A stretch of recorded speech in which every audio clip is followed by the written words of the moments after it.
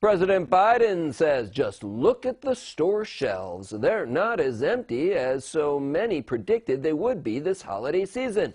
As News Channel 34's Jesse Tanur shows us, the president credits the action he and business leaders took together to straighten out the kinks in the nation's supply chain.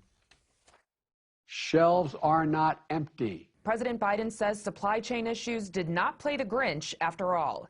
Despite fears of product shortages, Americans have been able to put presents under the tree. Packages are moving.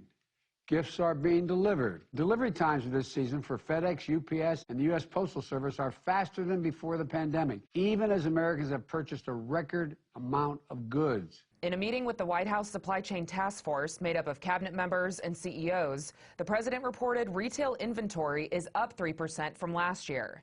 And FedEx CEO Fred Smith said as ports and trucking companies hire more workers, the supply chain is beginning to get back on track. Most of Santa Claus's products will be delivered to the consumers. Both Smith and President Biden also credit the progress made in unsticking bottlenecks between congested ports and stores. We're moving towards 24/7 operations at the ports. Port officials say the administration's plan to extend port operation hours and provide incentives for shippers to move goods faster seems to be working. It is going to be a good holiday season. On Thursday, the Biden administration will announce $230 million in grants for ports from the new infrastructure law to further speed up deliveries and drive down prices. Addressing these costs has been and will continue to be my top priority the entire administration. Though President Biden says the biggest weapon in his arsenal is his social spending and climate plan, which is stuck in Congress.